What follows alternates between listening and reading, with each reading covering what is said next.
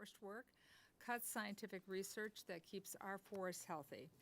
Now, we know that a healthy forest is vital to clean watersheds, breathable air, and mitigating climate change.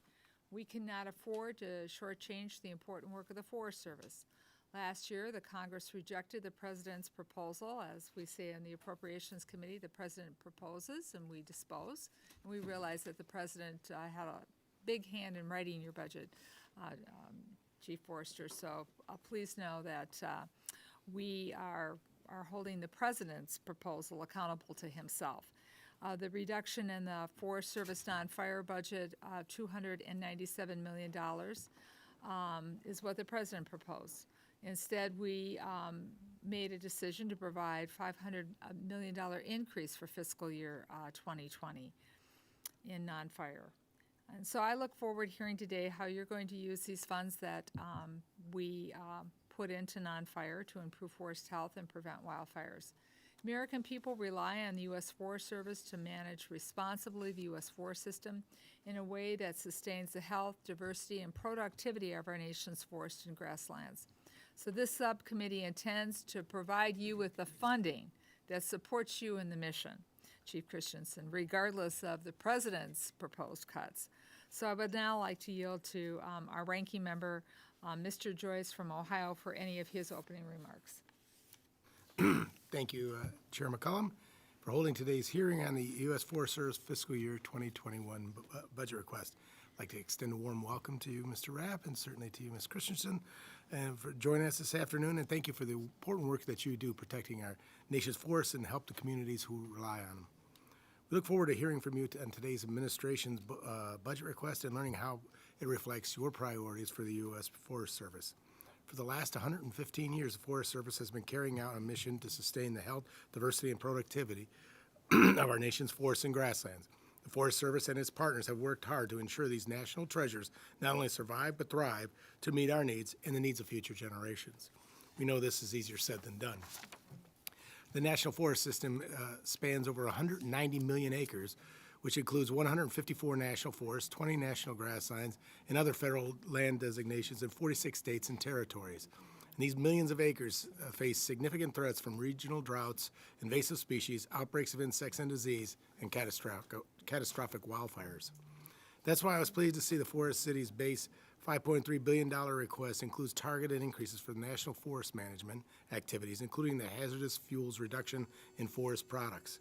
These funds will help the Forest Service improve forest conditions and mitigate wildfire risk while also providing increased recreational opportunities. In addition to the $2.04 billion Fire Fix funding, the request includes a $58 million increase for the Forest Service to develop important risk management ideas and technologies to improve the effectiveness and efficiency of wildland fire management.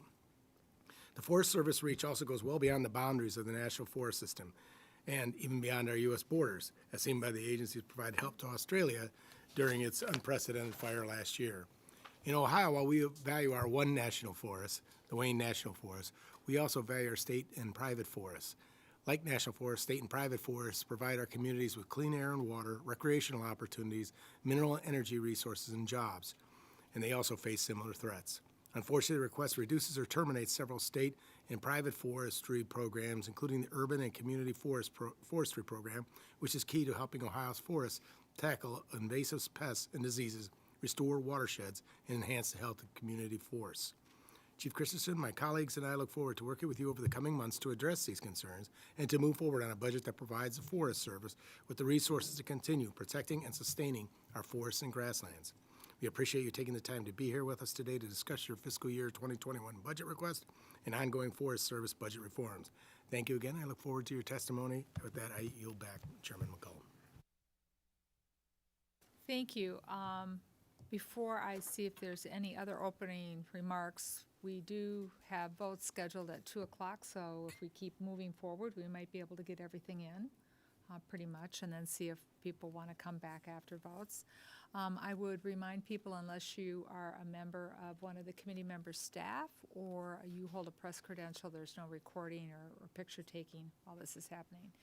We've got the 5-minute timer. You know how it works. This is not your first time in front of the committee. We're excited to have you here, and I turn it over for your presentation, and any extension or remarks will be entered into the record. Thank you for being here. Thank you, Chair McCollum, Ranking Member Joyce, and members of the committee, for inviting me here to testify on the President's 2021 budget for the Forest Service.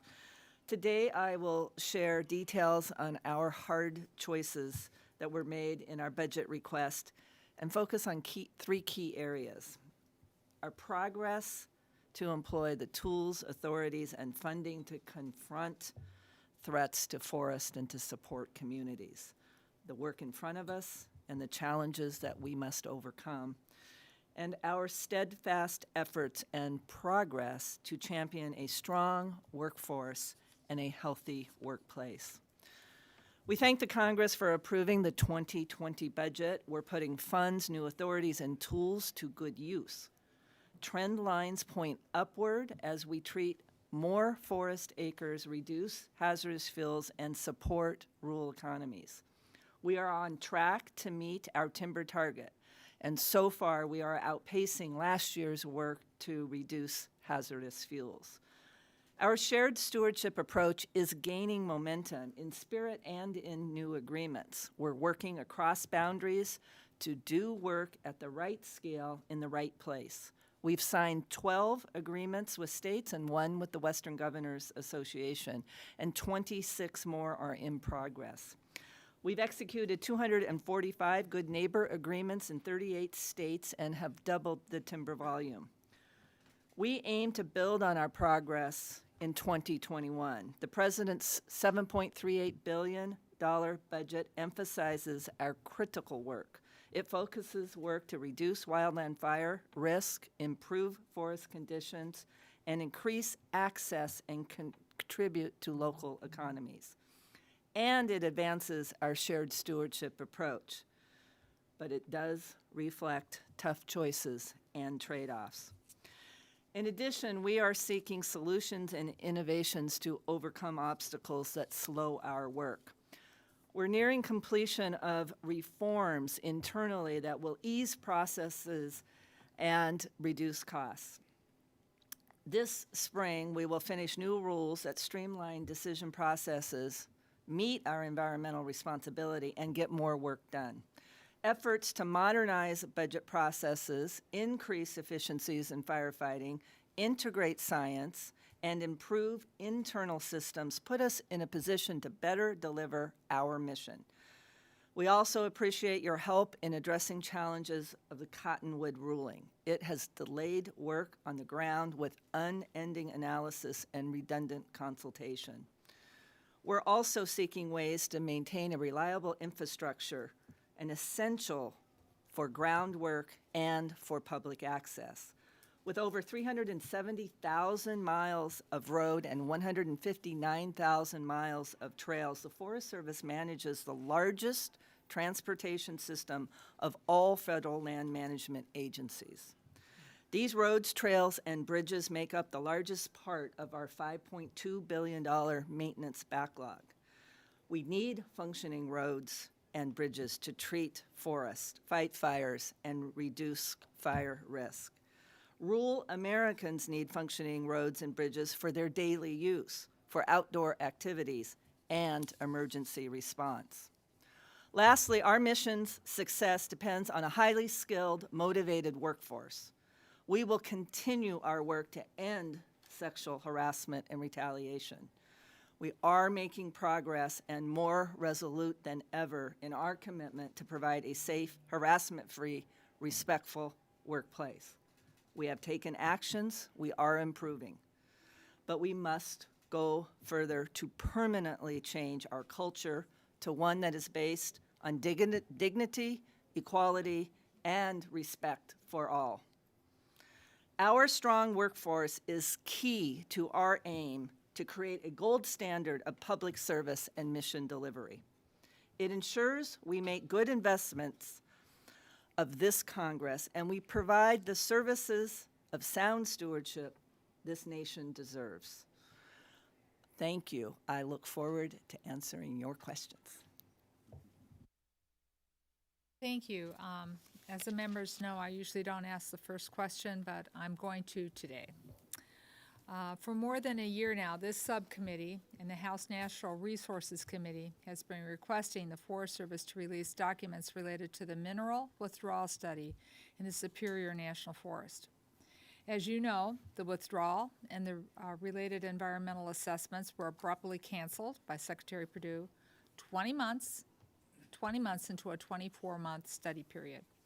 I know the decision to abandon the environmental assessment was made by Secretary Perdue and not by you, so I won't ask you to explain the Secretary's decision.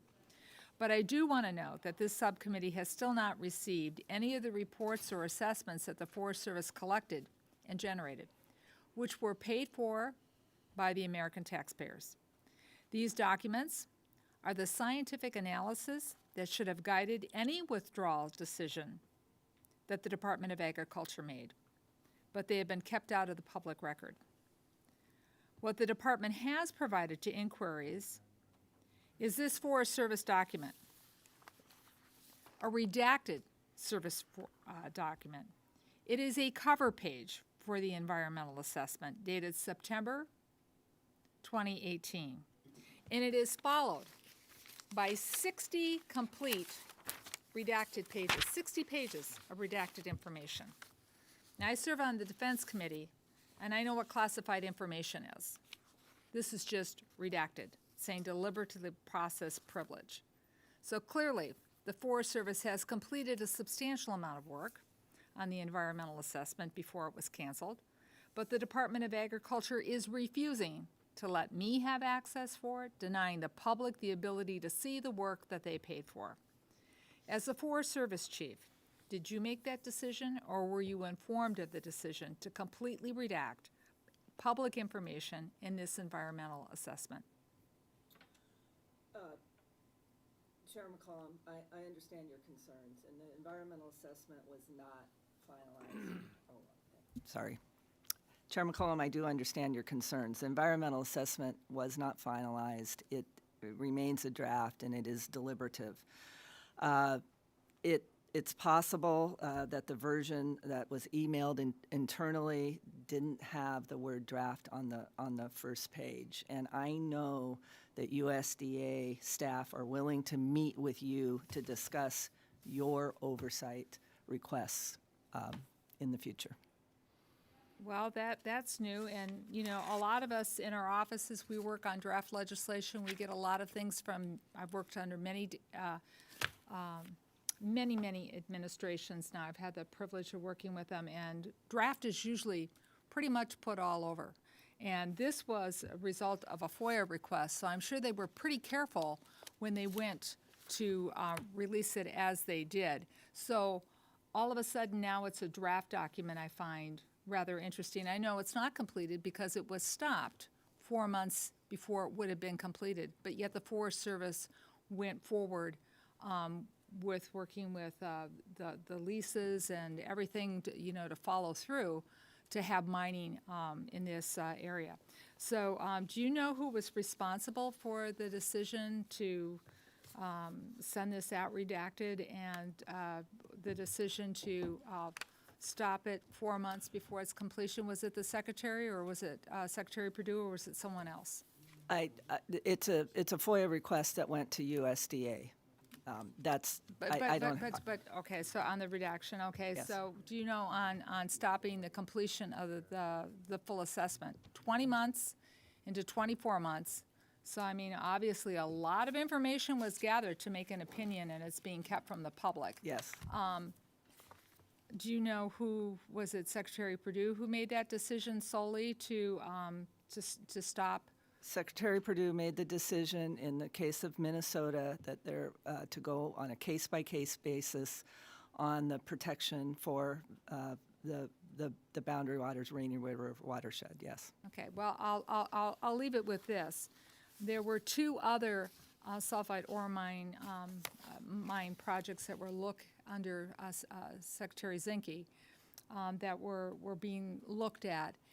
One adjacent to Yellowstone, and a decision was made without even going through a study like this with water impact different than what we have in northern Minnesota to not go forward and to protect those areas.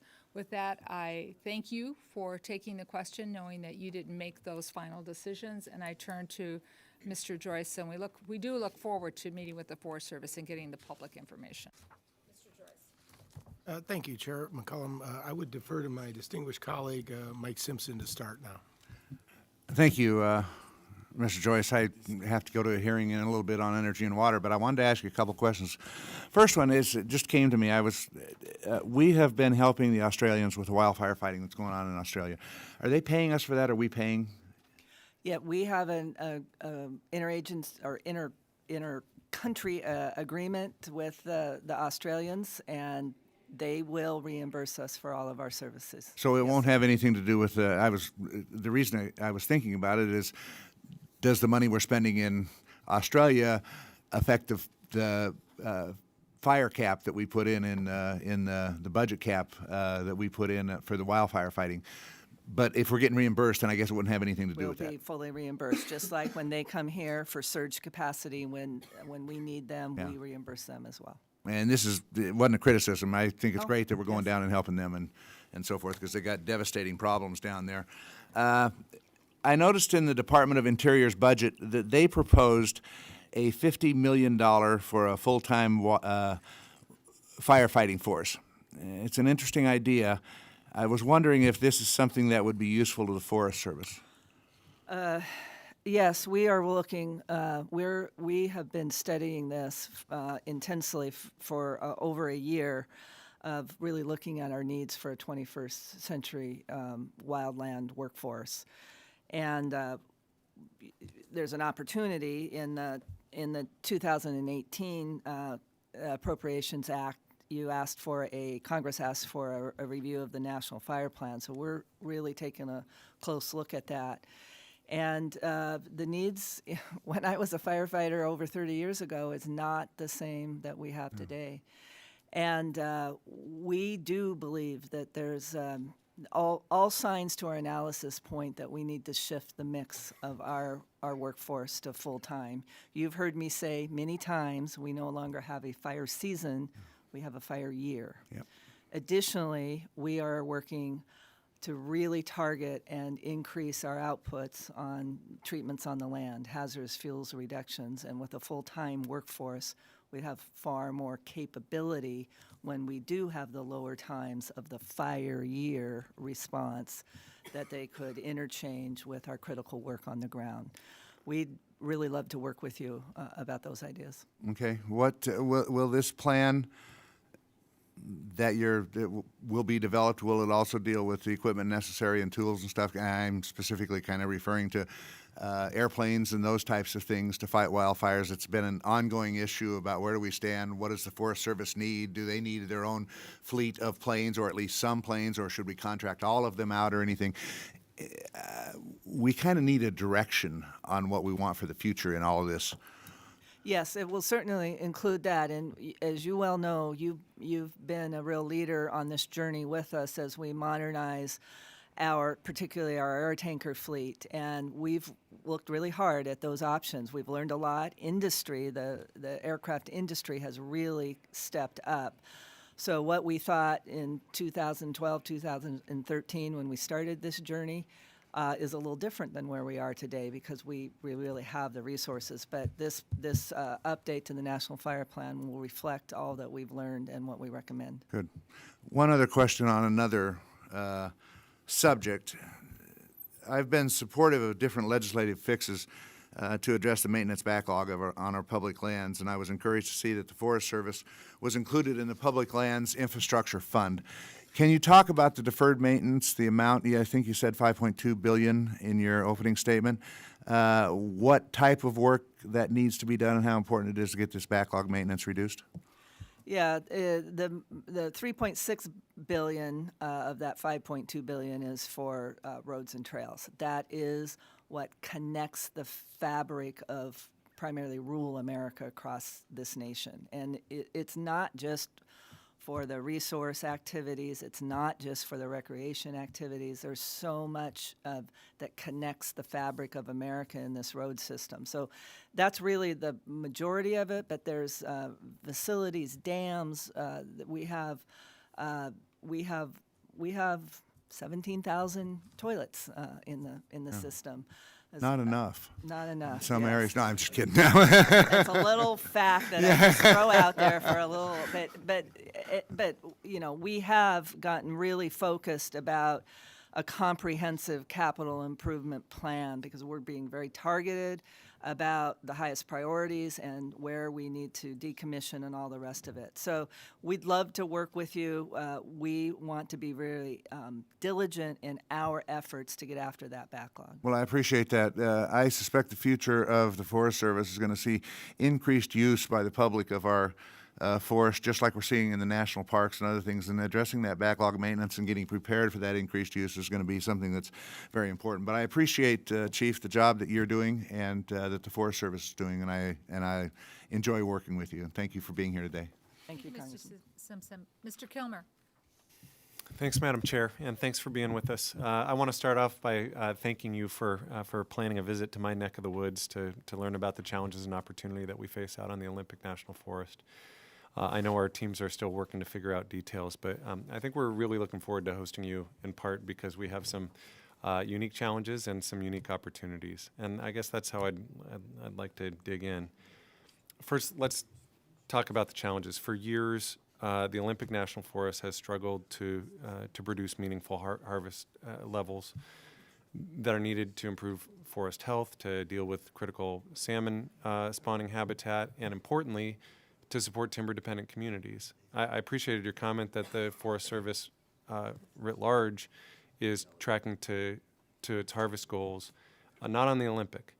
And it does us no good to prep timber sales that simply aren't economical and that don't actually produce volume for our mills. And the performance against goal is woefully inadequate. The harvest levels are woefully inadequate. I'm tired of seeing people lose jobs in my region. You know, I grew up in a timber town. I've seen too many mills close. It's just killing us. In 2019, the Olympic again fell significantly short of its target. And I know that resource limitations have impacted operations service-wide. That's something that this committee is committed to addressing. But we're experiencing some acute challenges on the Olympic National Forest, and I'm asking for your help. I guess that brings me to opportunities. The chair and the ranking member actually came out and met with the Olympic Forest Collaborative in my region. That is something that has actually united folks from the environmental community and from the timber industry around a common goal of increasing harvest levels in a responsible way on the Olympic National Forest. And I'm proud to say that we've actually executed a few pilot projects that have helped produce a couple million board feet while also accomplishing some important restoration goals. They have demonstrated the power of collaborative forest planning, but we need to scale up if we're gonna achieve those benefits. I'm grateful that we've actually found partnership with the new regional forester. Glenn Casamassa is great, and the acting forest supervisor, Lisa Cook.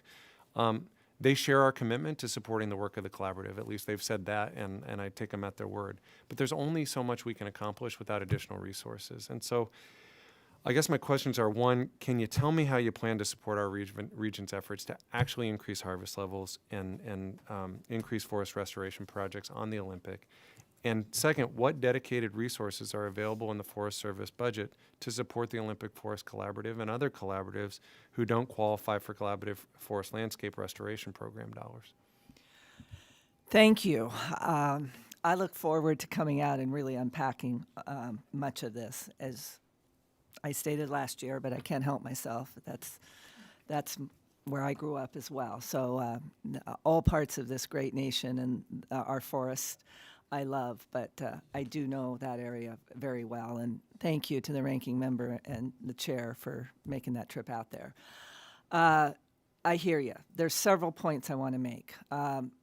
The Olympic woefully did not meet their timber sold volume.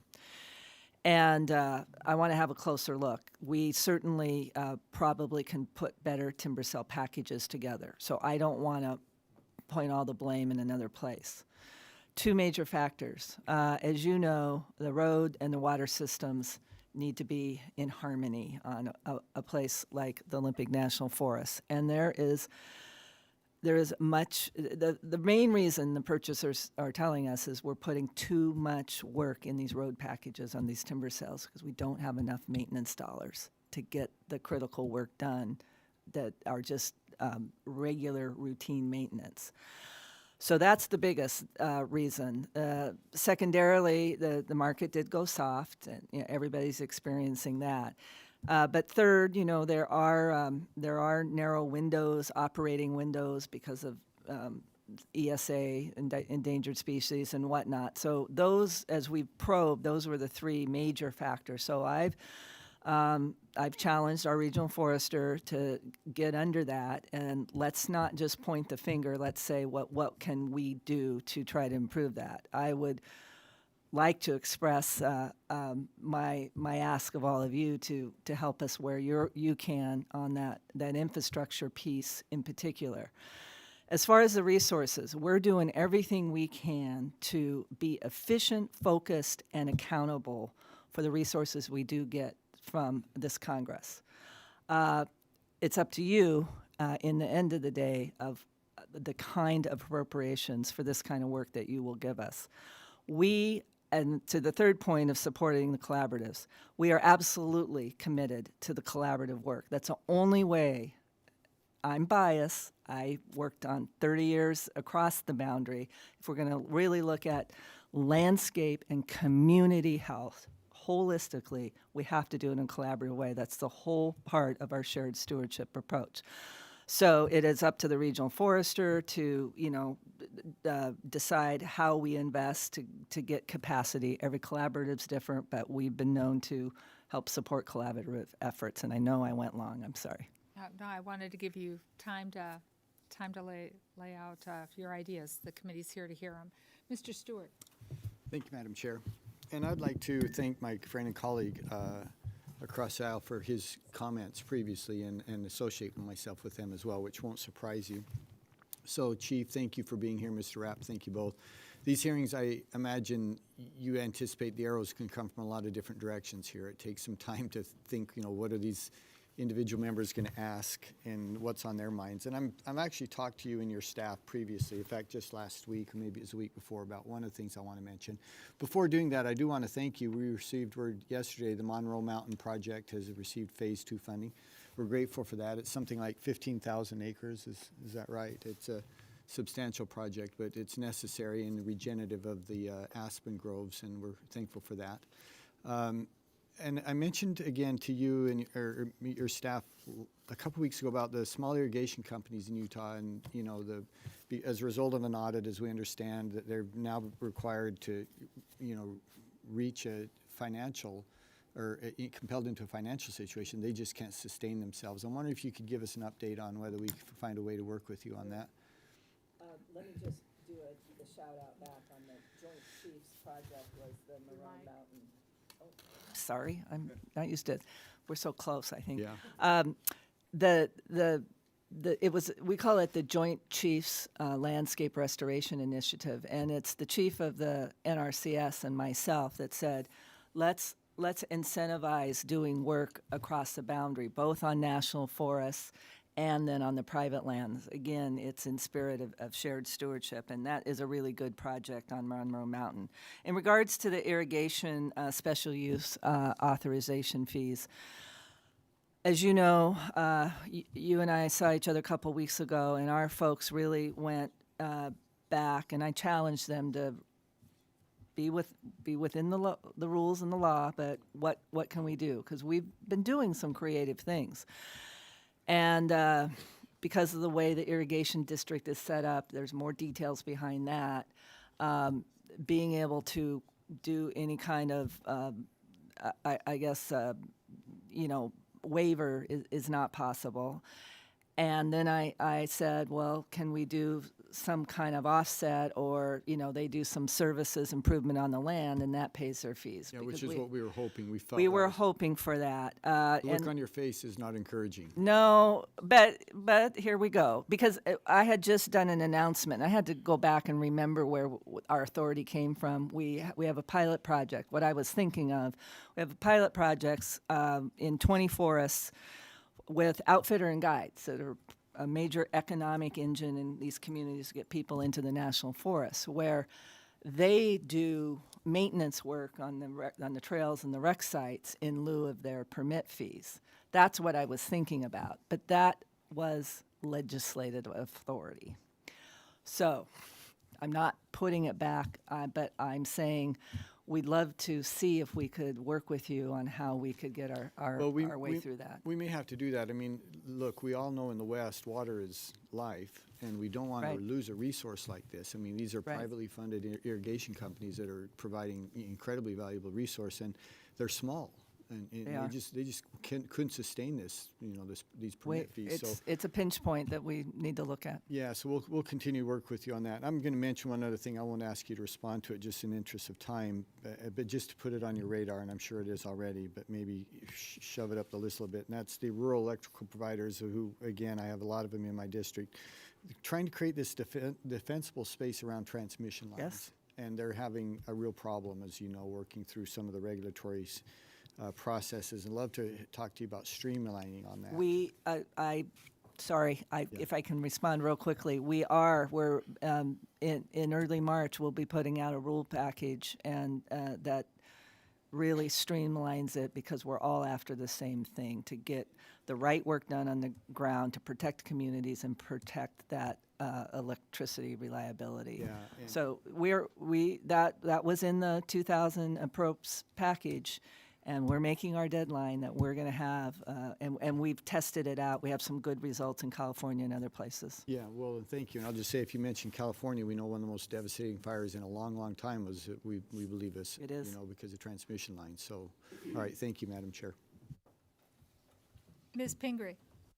Thank you, Madam Chair.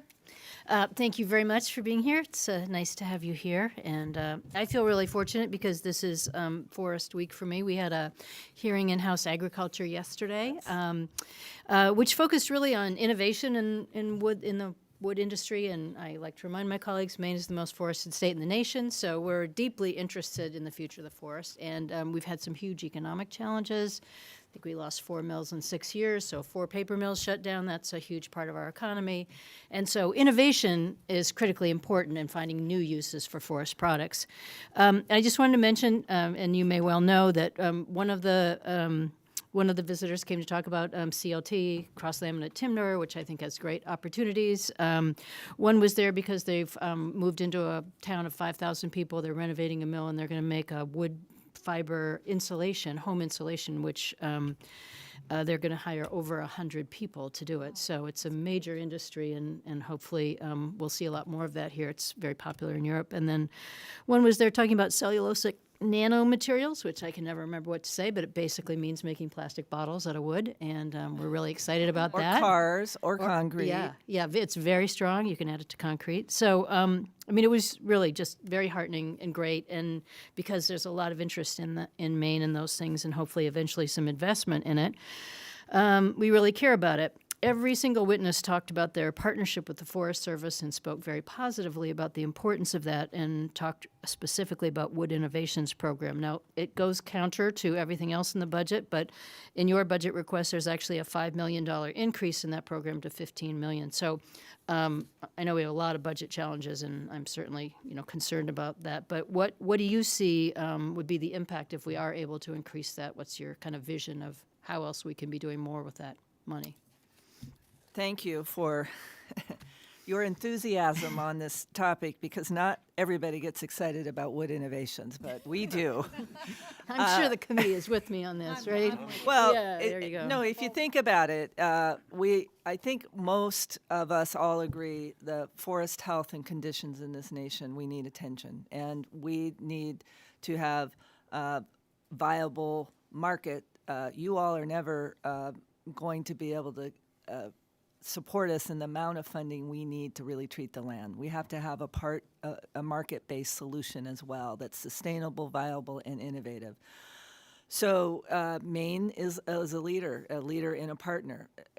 Just as you said, Maine is really redefining what the forests and forest industry are, and not looking backwards, but seeing what's ahead in the windshield. We're glad to be a partner. We've funded and been a part of that whole process. The Wood Innovations grants in particular are in. I think one of your witnesses yesterday talked about the dead man zone. We get the development of the technology or the process, but how you take it to scale is where folks can collapse. And that's where these good ideas can't get. So where they can get to a place to hire 100 people, and the Go Lab, Yeah, the that's folks what in they're Maine, that the innovative. Wood insulation, they got a wood innovation grant, and that helped them do the rest of the scale up, development, marketing, all those things to get them to be opening it. So we've invested $40 million. It is from the hazardous fuel account, but again, it's to the direct lines so we can treat more lands. We've got to help be a part of the market development. Additionally, I'd like to recognize the Forest Products Lab, based in Madison, Wisconsin, but support the whole country.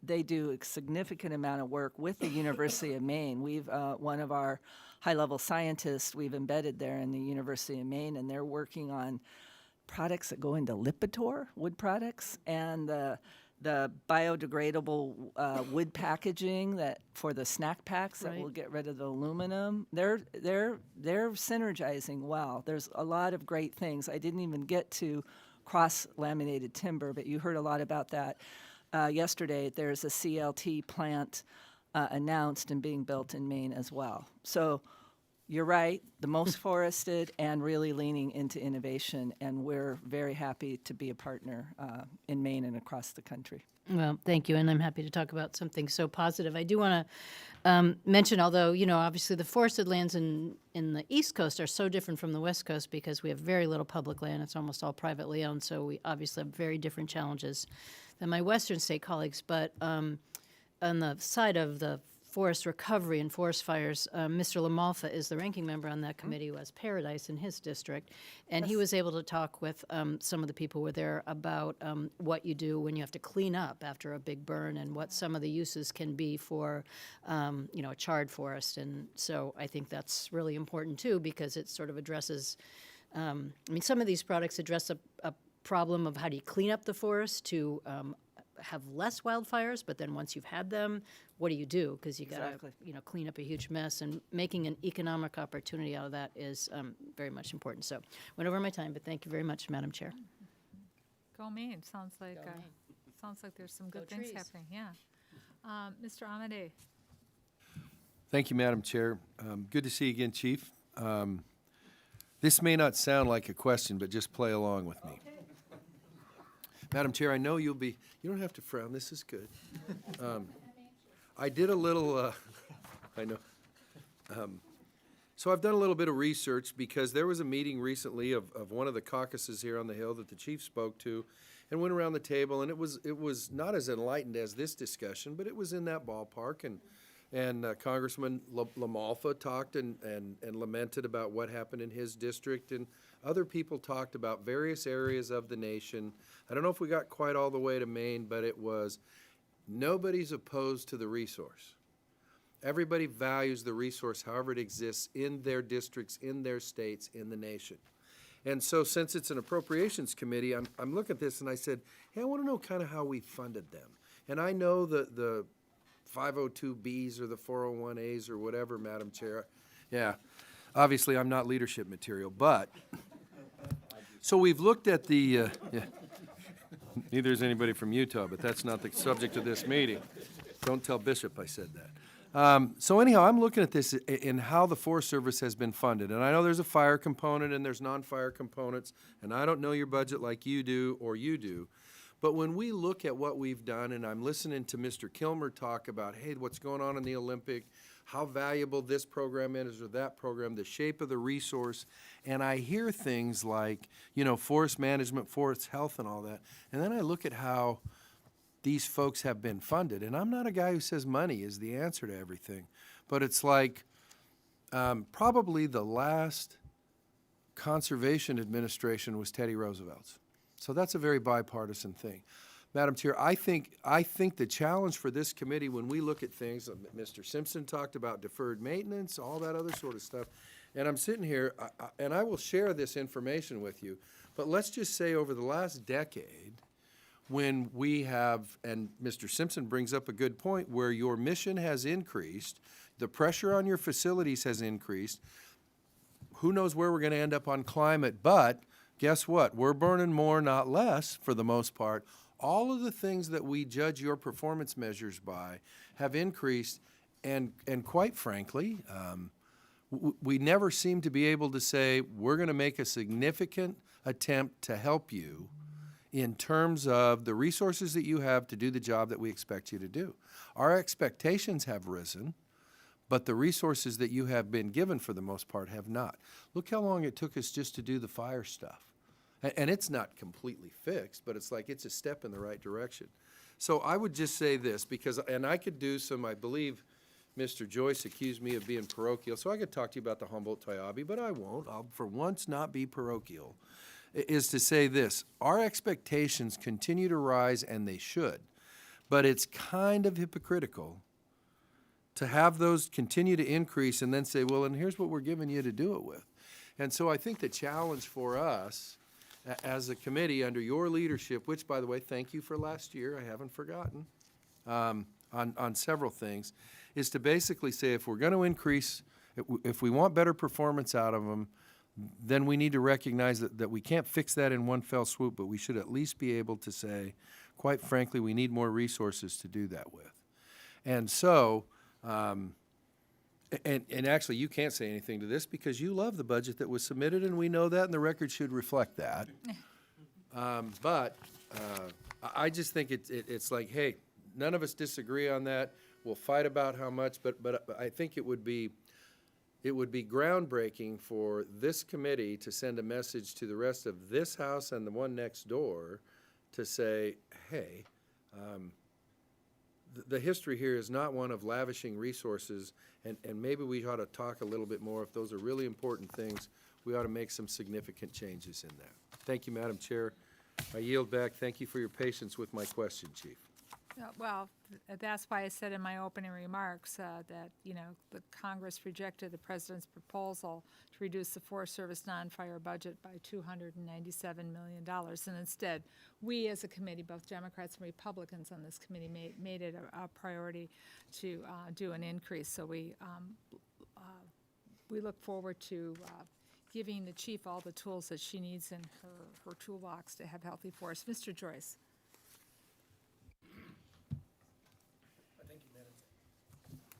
Thank you, Madam Chair, and I appreciate that.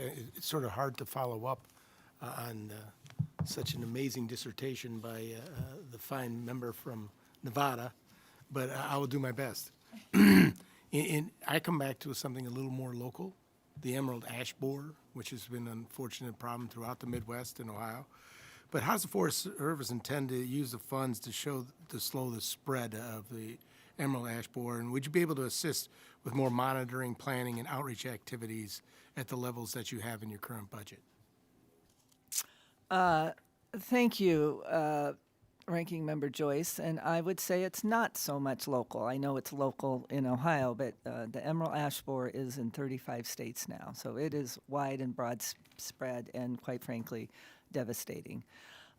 We do thank you for the resources that you have given to this agency, and partly in response to your colleague, I will say what I challenge our folks, our 28,000 folks in the Forest Service, it's our job to make good on the investment, to give the best public service and to do the right work in the right place in a streamlined way we can, and collaborating across boundaries. And so in that spirit, we did reprioritize things in the forest health budget because the emerald ash borer really needs attention. Not that we're ever going to eradicate it, but we're working with the forest health funds, and thank you for the urban forestry funds, to really do the outreach and the technical assistance, how communities can at least slow the spread, as you say, early, and get the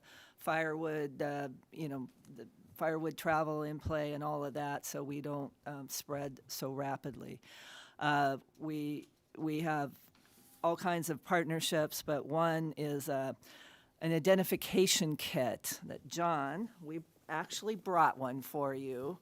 That this was I've co-developed seen it with in my backyard. the University of Michigan, and this is for citizen science, so they can go out and get interested, and you'll see the little larvae and an adult bug in there, and where the tunneling, a piece of ash is in there, and then it gets more awareness in the community about what is, how do we identify and how do we get our hands around this. On the research side, we are really putting a lot of effort into biocontrols and for EAB-resistant ash development. Right. We aren't there yet, but there's a lot of collaboration with across USDA and other organizations, but Forest Service is leading the way in research and development. And with the Ohio State University. And with the Ohio State University, that was my punchline. You're right. You took it. But the funding, as I see it in the budget, is $1.15 million. Do you think that's adequate? We will put the best use to that money that you give us. It is a priority. We can always use more, but it's a decision of all the other choices we have.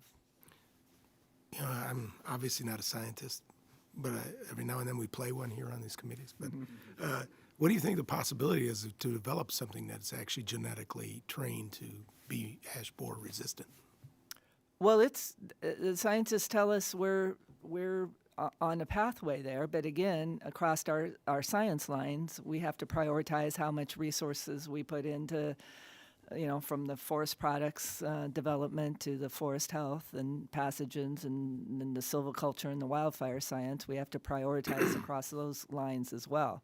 More resources could potentially get us there quicker, but they tell me we're on a path to get a resistance. It's just, where's that cross-section of when we can get that resistant nursery stock and how we can at least re-ash America, if you would.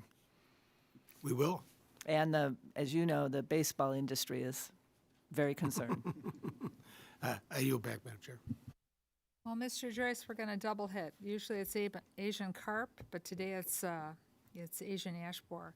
So last year, just to refresh everybody's memory, Congress rejected the proposal to eliminate the urban community forestry, and instead we provided an additional $2.5 million, and that was an 8% increase for this program. And the president, once again, did not fund this program. And I was disappointed to see it, and I think Mr. Joyce shares that disappointment. Community forests comprise 39% of the nation tree cover. That's a big deal. And it provides $18.3 billion annually in cost savings related to air pollution, energy, and greenhouse gases. So, people don't look at the tree in their yard or the tree in their boulevard or in their public lands sometimes and think that it plays an important role in our economy, but it does. In our urban forests, as Mr. Joyce pointed out, they're struggling. And they're struggling with climate change and invasive species. And sometimes that combination together with the climate change happening makes them even less able to fight things off. So I was happy to hear about your science work. We're going to continue to support these programs. But I just want to give an example of why urban forestry is important. And I could give a lot of examples, but I did a listening in Minnesota, and one of the communities there is more recent than some of the others in experiencing Asian ash borer.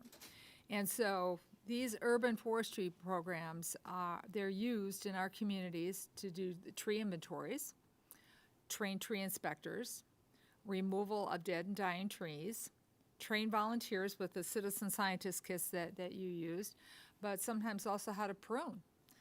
Just take care of how to monitor newly imported trees. So here I'm going to set the scene for you. This is one example. Emerald ash borer was first detected in Woodbury, Minnesota in August of 2017. Since then, the city forestry staff has spent much of their time removing trees from city property instead of maintaining and improving the city's canopy. This has seriously disrupted the city's goal of achieving 40% canopy by 2020. It has also left 1,750 inventoried publicly maintained ash trees in the city. And those trees have to, if they're going to try to treat them, once, every 2 to 3 years, or they have to be removed. And that's just in the city of Woodbury on their public property. That's not what's on private land. Sick ash trees, we're hearing more and more, are posing a risk to public safety and to property, private property as well as public property. When an ash tree dies, I'm learning more and more about this, they become brittle.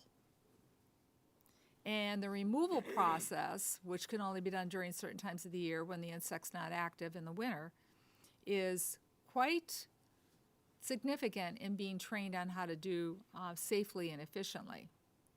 So this redirect from traditional maintenance that Woodbury is finding with their tree canopy has caused the staff to fall short on their annual goal to inspect other trees, their health, and prune 25% of the maintained city trees. In 2020, the city of Woodbury had to increase its forestry budget by $225,000. Add additional staff in order to meet the workload of emerald ash borer.